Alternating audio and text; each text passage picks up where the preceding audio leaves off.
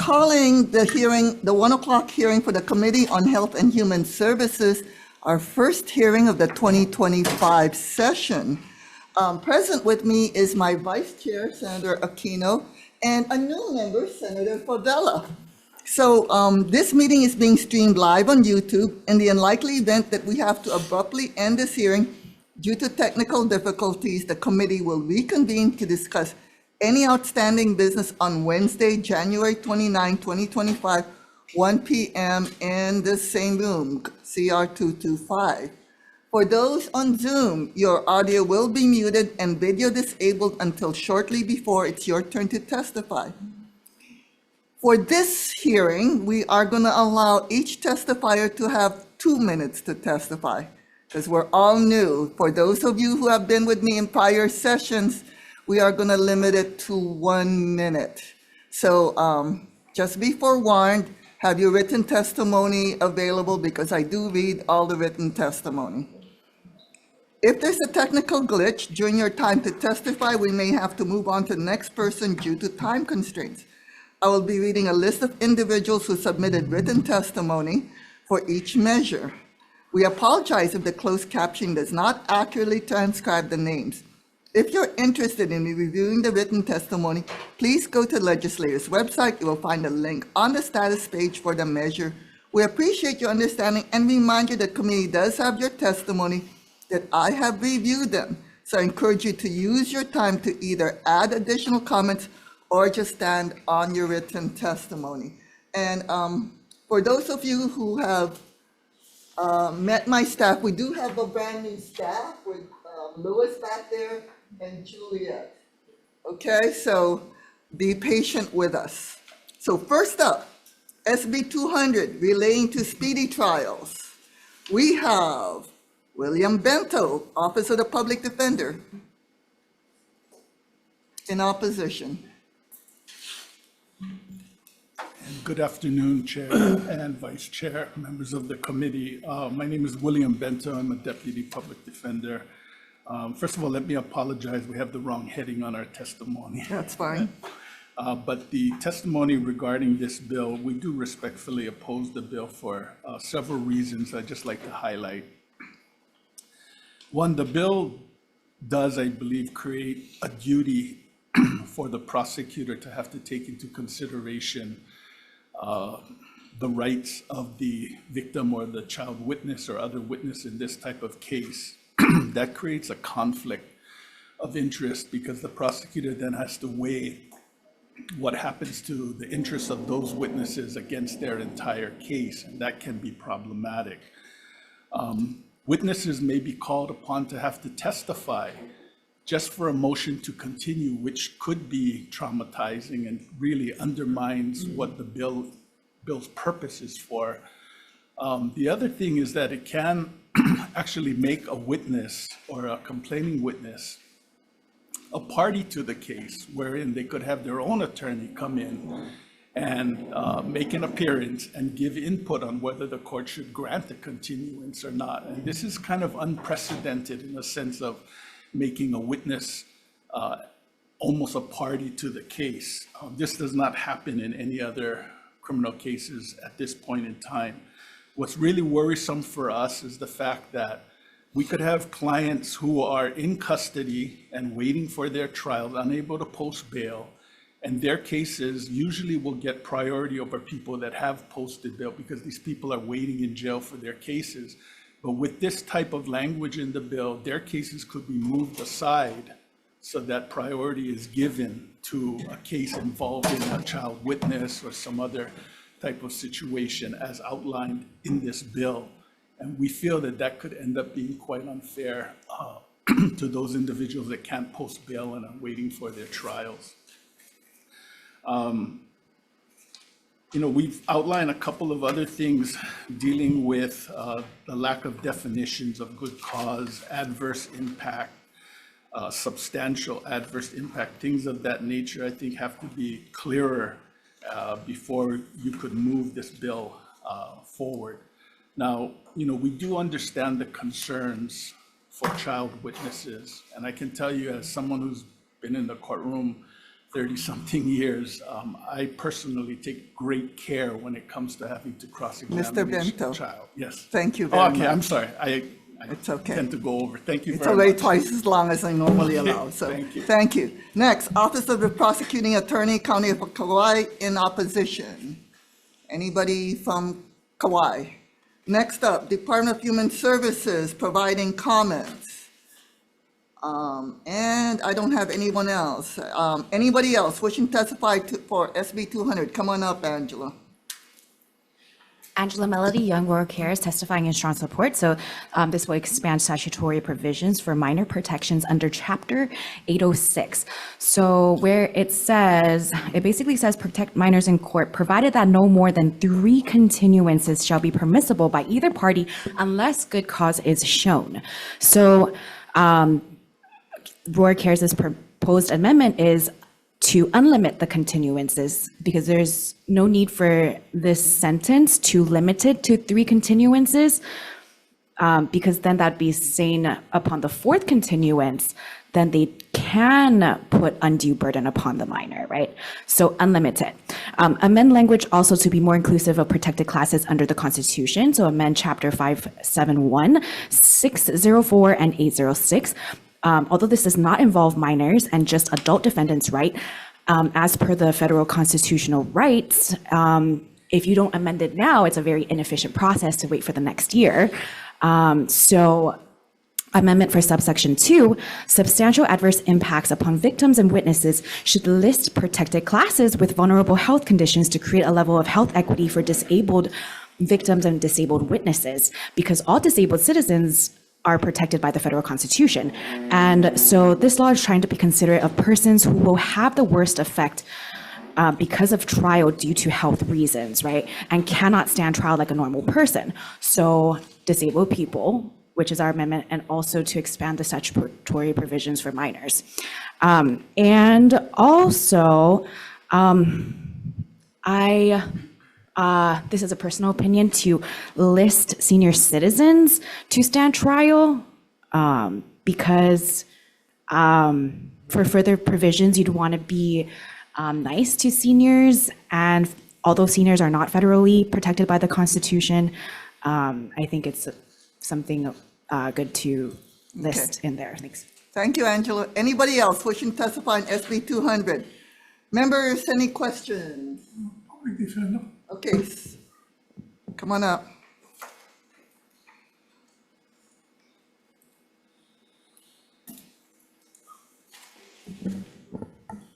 Yeah, just a couple of things. I understand your concern with this bill, and I'm reading some of the stuff from the prosecuting office. Maybe the bill is not what you thinking the intent is, but this bill was put together from victims and victims' families. I understand you've been there a long time and you've seen a lot of things, but this is the eyes of the families and the victims within my community and other communities that came to me since I've been in this square building. So what would have been good for us to have from you guys and even the prosecuting is how you could make this bill better than just going against the bill, because the victims out there is still watching, still paying attention. They're really watching this bill. So instead of just giving the part about what is not good about the bill, that you could have gave a little bit input on what we can correct, because we always have another time to have this bill heard. So what I wouldn't want from the prosecutors and you, well, prosecutors had some good stuff, but from you guys, how is this gonna actually protect the victims going forward? Okay. Okay, thank you very much. Thank Any other questions? No comment, okay. Okay, thank you. I mean, I'm willing to answer if you. You're willing to answer? Okay, please. I mean- I didn't know that there was a question there, but go ahead. And another question, That was a question, sorry. okay. Go ahead. Senator, Okay. our role is a little different in the situation because of what our duty is. Yeah, and our duty is to protect the interest of our client. And our real concern is that, a person who is, as I said, sitting in custody waiting for the trial and the case is ready, and then their case gets moved off for a different case because it's reprioritized under the bill. For us, that's unfair Now, we do understand the situation with victims, especially with children, but I cannot say to you what can be done to make it better or easier for them. It's a very difficult situation. I think a lot of care has been done up to this point dealing with other issues with child witnesses. But as far as the time that goes into a case is only ready to go to trial when the case is ready to go to trial, unfortunately. And we don't delay things, on purpose because we don't want to have the child testify or anything like that. I But, never thought that. Okay. Thank you. I think great care is given by our attorneys. Thank you very much. Okay, thank you very much. Thank you, Chair. Okay, excuse me. Before we move on, where's my DM notes? I don't have DM notes. You go back there and then I'll get back to me. And make enough copies for everyone here. Okay, moving on. SB 8, relating to jury duty. First up, we have SB 8. HPAN, Hawaii Association of Professional Nurses in Support. Are you present, Jeremy Creekmore? Not present on Zoom, Chair. Okay, next up, we have Jamie Bowling, APRM, testifying for Optimum Health and Wellness Hawai'i in support. Dr. Scott Grosskreutz, Hawaii Provider Shortage Crisis Task Force in support. 1, 2, 3, 4, 5, 6, 7, and 8 other individuals in support. Anybody else wishing to testify in SB 8? Okay, Angela, you got 2 minutes. Angela Melody Young Roar Cares in strong support of this act legislating exemptions of jury duty for APRN nurses under Chapter 612. So APRN nurses have a full practice authority and provide primary and specialist care to the elders, senior citizens, and disabled persons. APRNs have advanced clinical training and are nurses who provide direct patient care. So even if it's not automatically exempt, some nurses are able to request an excused absence from jury duty if the work schedule creates a significant hardship. But it's good to be technical because nurses are an emergency health professional. So it could also be very considerate of registered nurses as well, RNs. So my proposed amendment is Chapter 612-6, subsection 2. An actively practicing physician, advanced practice registered nurse, and registered nurse. Because RNs are also licensed and work in hospitals, clinics, and schools, and monitors patients, teaches them about their health, and performs medical procedures. So to be more inclusive with the statutory provisions, you could put APRN and RN. And also, RNs practice under the supervision of a physician, while APRNs have more autonomy and responsibility, but both nurses are needed. Okay, Thank you. thank you very much. Okay, anybody else wishing to testify in SB 8? Okay, come on up, Dr. Lewin. Mahalo, Joyce San Buenaventura, Vice Chair Aquino, and members.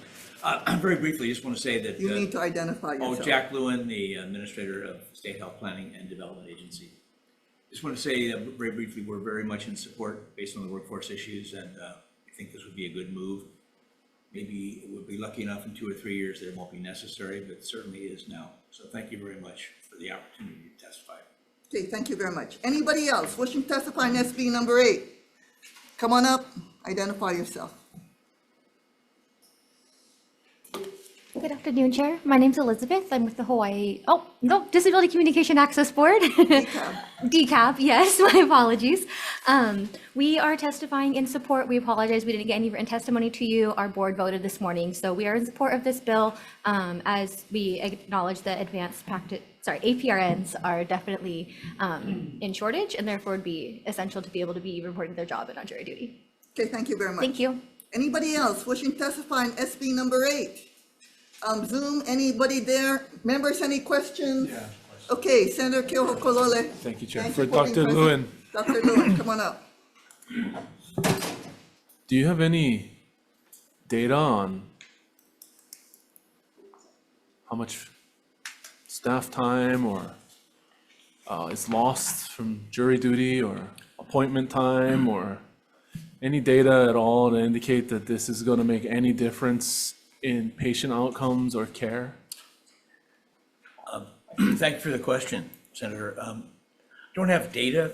I do have experience personally with having to serve jury duty as a practicing physician here in Hawaii in years past.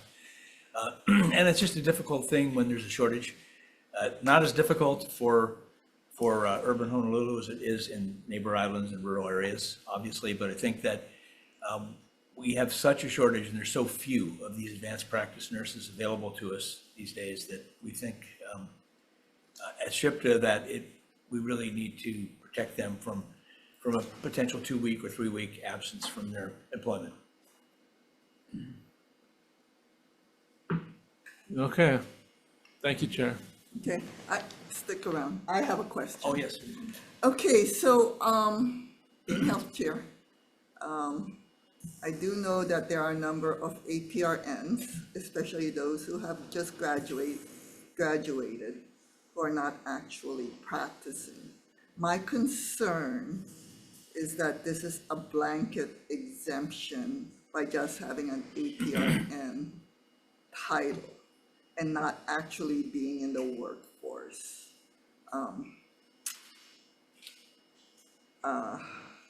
So, especially like you had stated, where there's a shortage now, I could see that, especially for practicing APRNs. But non-practicing ones, just by having a title, I don't see a need for it, especially since we need to continue to have a jury pool and not just give out exemptions to everybody who could afford a title.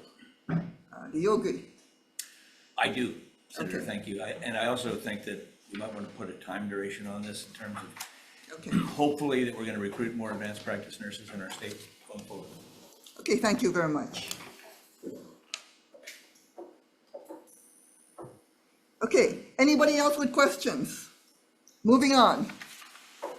Okay, next up, we have SB 144 relating to chiropractic. First up, we have Hawaii Board of Chiropractic, Rochelle Araki, providing comments. Good afternoon, Chair, Vice Chair, members of the committee. My name is Rochelle Araki, Executive Officer for the Board of Chiropractic. The board stands on its testimony providing comments. Thank you for the opportunity to testify. Okay, thank you very much. Next up, we have Hawaii State Chiropractic Association in support. Dean Shivers, come on up, Dr. Shivers. Hello, my name is Dr. Dean Shivers. I'm president of the Hawaii State Chiropractic Association, and I also own 7 chiropractic clinics here in Hawaii. We support this bill because we think it'll help bring more chiropractors to the island, which we're short on, and also bring qualified chiropractors because they would have had hands-on time with real-life patients instead of just at school. And then we're also one of only 5 states that doesn't currently allow this. I think that's why it would be good for the chiropractic profession and the patients in Hawaii. And I'm happy to answer any questions if you have any. Thank you. Okay, thank you very much. Okay, next up, we have Hawaii State Chiropractic Association, Joe Leonardi, and we have 57 other individuals all in support. Anybody else wishing to testify on SB 144? Oh, I missed one. Okay, I'll go that one next. Thank you. Anybody else wishing to testify on SB 144? Yes, Chair. Angela Melody Young testifying on behalf of Work Cares in strong support to lower the standards for student chiropractors. So statutory provisions for a student to become I don't think chiropractor. it needs to lower the standards. Oh, Okay. then to be inclusive of students to practice under the Allows licensed. chiropractic students to engage in clinical practice as part of their college instruction. Oh, okay. It doesn't say anything about lowering the standards. So please. Okay, so it doesn't lower the standards of like testify. the healthcare so that they can provide. I'm sorry, I'm not Oh, okay, supposed to okay. argue, but Oh, please okay. testify Okay. as to the bill and not to something else. Sure. From my understanding of it, maybe I was having a not the most accurate interpretation of it, but to expand the statutory provisions then for practicing chiropractors and student chiropractors. Okay. Okay, I'll rephrase. So chiropractors treat back pain, neck pain, headaches, joint pain, minor neck or spine injuries like whiplash and chronic conditions like osteoarthritis. And they perform spinal manipulation to use hands to adjust the spine and soft tissue therapy, such as various techniques to treat soft tissue. And chiropractors use heat, ice, electrical stimulation, and exercise and nutritional counseling. And it's a alternative medicine. So it is considered a type of complementary and alternative medicine. And chiropractors are not medical doctors with MDs, but if there are to be more statutory provisions for students within the chiropractor profession, then it is a good idea because alternative methods of practice should be supported. Thank you. So it's you providing comments then, and not in support or in opposition? In support. I'm in support. Yeah. Okay, okay, thank you very much. Anybody else wishing to testify on SB 144? Members, any questions? Okay, seeing none, my clerk told me I missed the bill, I apologize. SB 107, relating to medical informed consent. First up, we have Chelsea Fukunaga, Hawaii Medical Board in opposition. Good afternoon, Chair, Vice Chair, members of the committee. My name is Chelsea Fukunaga, Executive Officer for the Hawaii Medical Board. The board will stand on its written testimony in opposition to this bill. Thank you. Okay, thank you very much. Next up, we have Queens Health System. I see J.C. Mikulanek providing comments. Chair, we'll stand on our comments here for answering questions if you have them. Thank you very much. Next is Hawaii Healthcare Association of Hawaii providing comments. Paige, please proceed. Thank you, Chair. We'll stand on our submitted comments with some concerns about the duplicative nature of some of these standards potentially. Thank you. Paige, I know who you are, but please identify yourself. Oh, of course. Paige Choi with the Healthcare Association of Hawaii. Thank you, Chair. Thank you very much. And same thing with JC. I know who you are, but please identify yourself for the record. With Queens Health System, thank you. JC, okay, thank you. Next, we have Hawaii Medical Association, Elizabeth Ignacio providing comments. Anybody else wishing to testify SB 107? Okay, Angela, in support, or identify yourself and say in support or in opposition. Angela Melody Young in strong support. So I'm not a medical professional, I'm not a doctor, but my dad was a doctor of a public government hospital in China, in Shenzhen, and my grandmother was a PCP in the Chinese Cultural Revolution. So some of the medical language may not be as fluent for me, but I'm going to try my best to explain things from this perspective. And if I'm inaccurate, I apologize in advance. Thank you. So according to this is an amendment to the Hawaii Medical Board chapter. So instead of may, it's a shall, that they must create these standards for practicing healthcare providers, right? And what must they elevate their standards for? So for example, to perform medical procedures and diagnostic tests, right? And so I will provide a very specific scenario, okay? So the amendment would be under 671-3B subsection 1, the condition to be treated.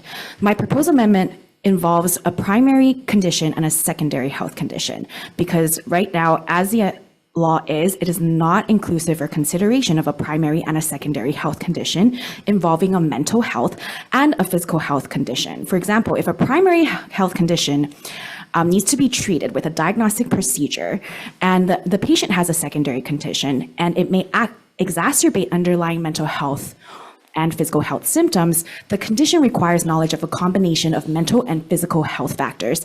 The doctors from the mental health and the physical health professional field must integrate the knowledge to provide appropriate care. So you have to be technical, I think, from this perspective, because doctors will be like, oh, we're too busy to cooperate or collaborate. Okay, thank you, Angela. Okay, thank you. There may be questions. Okay, thank you. You can ask me. Anybody else wishing to testify on SB 107? Members, any questions?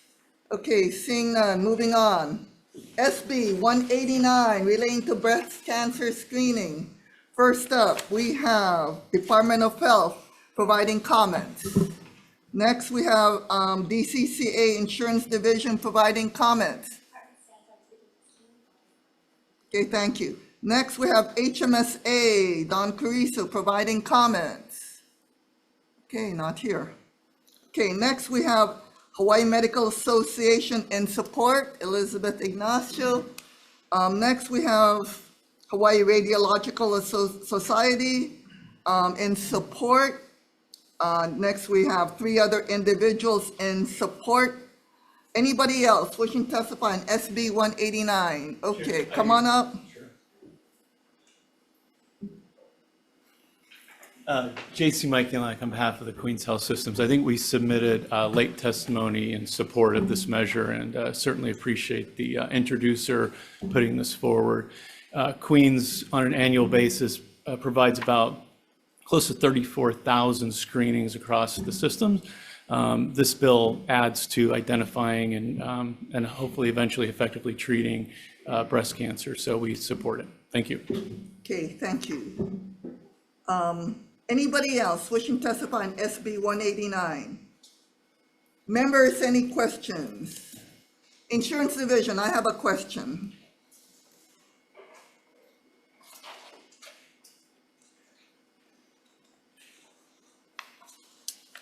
So, I actually looked up what you said, that current guidelines developed by American Society of Clinical Oncology is not consistent with HRS section 423E-1.4.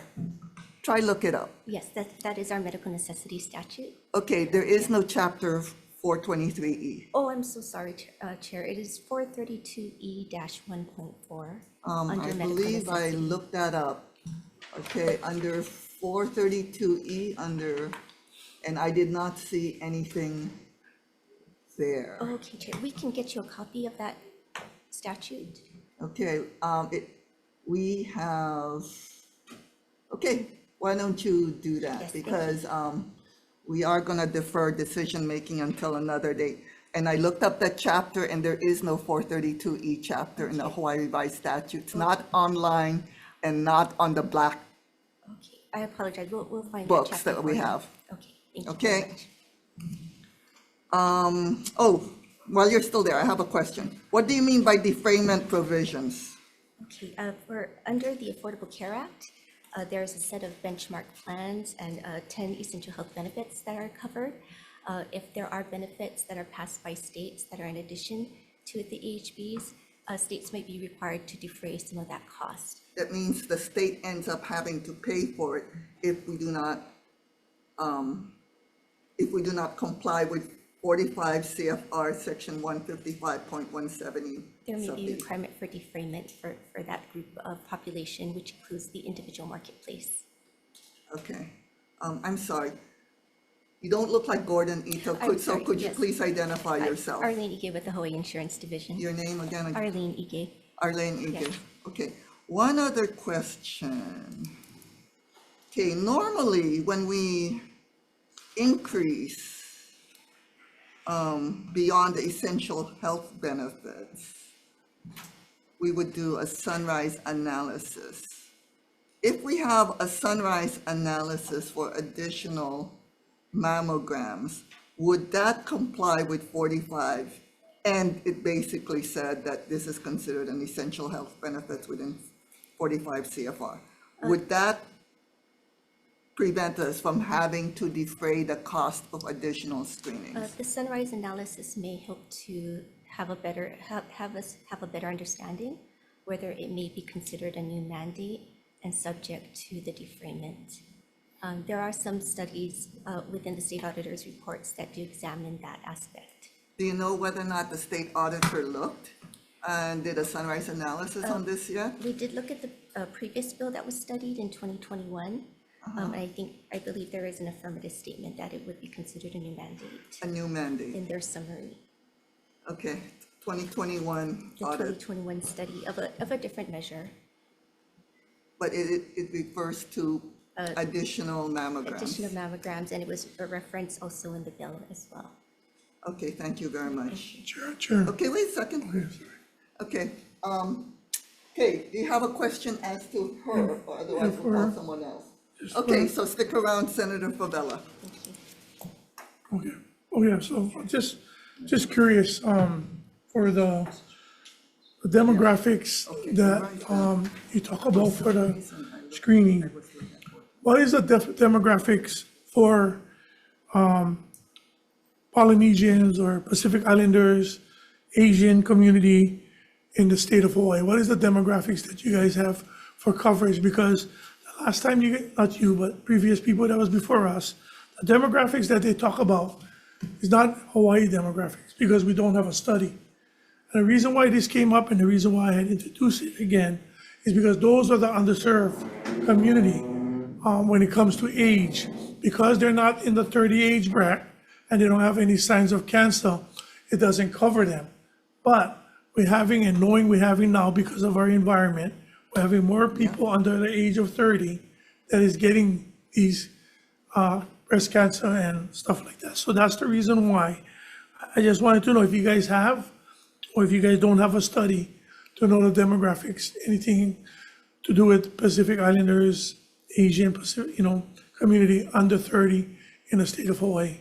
Senator, we don't currently have a study on that, but we could also look up information that might be available out there to help inform on that. It could also be where if that could be placed into a concurrent resolution for state auditor to also analyze that. That might be helpful to get a better understanding of our local demographics. Okay, thank you very much. JC, I see you nodding or shaking your head. Come on up. So what is your understanding about the 2021 audit report? It was my understanding that the findings were that it would have minimal impact in terms of costs to the state or to the insurers to cover this. It's a small population. So that was the basis for our testimony. Okay, I'll go look it up. And certainly if you're getting people screenings early on, that prevents them from having to go through cancer and really intensive cancer down the road, which saves all of us heartache as well as resources. Okay, thank you very much. Yep. Okay, any other questions? Okay, seeing none, moving on. SB 191, relating to energy assistance. First up, we have DCCA, Division of Consumer Advocacy, providing comments. Chair, Vice Chair, members, speaking out to DCCA, we'll just stand on our. Okay, thank you very much. Next, we have Leo Asuncion, PUC, in support. Chair, Vice Chair, members of the committee, Leo Asuncion, Chair of the PUC, will stand on the written testimony in support and provide some comments. Okay, thank you very much. Next, we have Luis Salavera, Director of Department of Budget and Finance, providing comments. Okay, next we have DHS Director Yamane providing comments. Are you present, Director Yamane? Not present on Zoom, Chair. Okay. Representing DHS, Ms. Elmer. Okay, thank you very much. Next we have Hawaii Energy in support, Carolyn Carl. You don't look like Carolyn Carl. Carl, Chester Carson for Caroline Carl for Hawaii Energy. We'll send our written testimony and support. Okay, thank you very much. Next, we have Noel Kakimoto, Hawaii Electric providing comments. Good afternoon, Chair, Vice Chair, and members of the committee. My name is Noelle Kakimoto, and I'm testifying on behalf of Hawaiian Electric. Hawaiian Electric strongly supports the intent of the bill, but offers comments and concerns for the reasons set forth in our testimony. Hawaiian Electric has been a collaborative member of the State LIHEAP Working Group in developing a complementary state-run utility assistance program for the federal LIHEAP program. And we respectfully request that the committee considers the working group's proposed bill, SB 994, and insert the contents of SB 994 into SB 191. We stand on our written testimony, and I'm available for any questions. Thank you so much. Okay, thank you very much. Next, we have Tax Foundation. Tom Yamachika, are you present? Aloha, Chair. This is Jade McMillan on behalf of Tom Yamachika for the Tax Foundation of Hawaii. We've submitted some comments on the measure. We'll stand on our written comments. Thank you. Okay, thank you very much. Next, we have Catholic Charities, Betty Lou Larson in support. Anybody else wishing to testify on SB 191? Members, any questions? So I have a question of PUC. Could you come on up? Did you hear Hawaiian Electric's suggestion of basically inserting SB 994, which is their LIHEAP working group, into the contents of SB 191? Yes, we would be supportive of that. You would? Yeah. Okay, thank you very much. Any other questions? Seeing none, do we need to recess for decision making? Okay, we're gonna move directly to decision making. Okay, first up, for SB 200, Chair's recommendation is to defer this due to unintended consequences of basically favoring one set of victims over the other set of victims, not for different crimes. I believe we're not ready yet with this bill regarding trying to fast forward any crime with child witnesses involved or disabled witnesses. As such, we're gonna need to defer it because it's not ready yet. Thank you. Next up, for SB 8, I'm gonna defer this until the next hearing. We are gonna take Dr. Lewin's concern into account and make it like a 5-year pilot project, especially since we cannot just give out exemptions, but we do recognize the medical shortage. Okay, so for next hearing, that would be on January 29th at 1 p.m. And I have Senator Hashimoto here.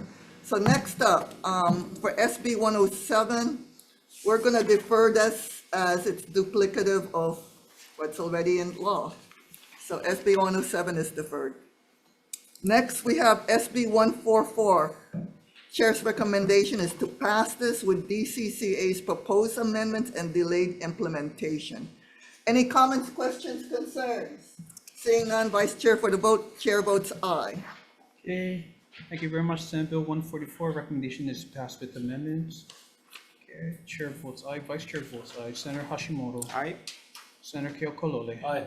Senator Favela. Aye. Recommendation is adopted, Chair. Okay, for SB 189, Chair's recommendation, this one, we're just going to defer this to the next hearing. I'm going to need to look at that prior audit report. We take into account Senator Favela's concerns about the risk factors for certain demographics, and we got to see what the report says. Okay, so we're going to defer to the next hearing on January 29, 2025 at 1 p.m. for decision making. For SB 191, Chair's recommendation is to pass this with amendments. We're going to insert the contents of SB 994, add a defective date, and otherwise remove the contents in lieu of SB 994. Any comments, questions, or concerns? Seeing none, Vice Chair for the vote. Okay, Senate Bill 191, recommendation is passed with amendments. All members are present. Any reservations? Any noes?